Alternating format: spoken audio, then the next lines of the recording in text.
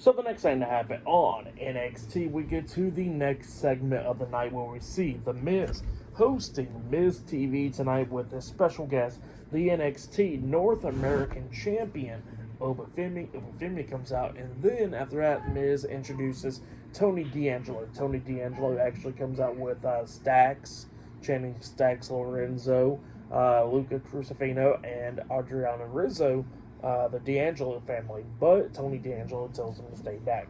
So they do stay back. They go backstage. So yeah, Tony D'Angelo comes to the ring alone, and then they ended up talking. And Oba Femi was talking about how Tony D'Angelo is scared of him and all that stuff, and that Tony D'Angelo admitted that he was afraid of Oba Femi. So yeah, that's what Oba Femi was talking about, and he says that pretty much the same thing is going to happen next week on NXT, just like what happened at No Mercy, where he beats Tony D'Angelo to retain his NXT North American Championship.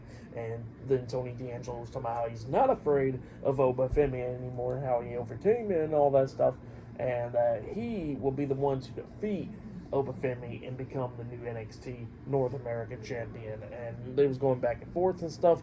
Oba Femi was talking about how there ain't going to be nobody by his side. He says that Stax ain't going to be there, that Luca Crucifino's not going to be there, or Rizzo's going to be there. So yeah, that's what Oba Femi was talking about.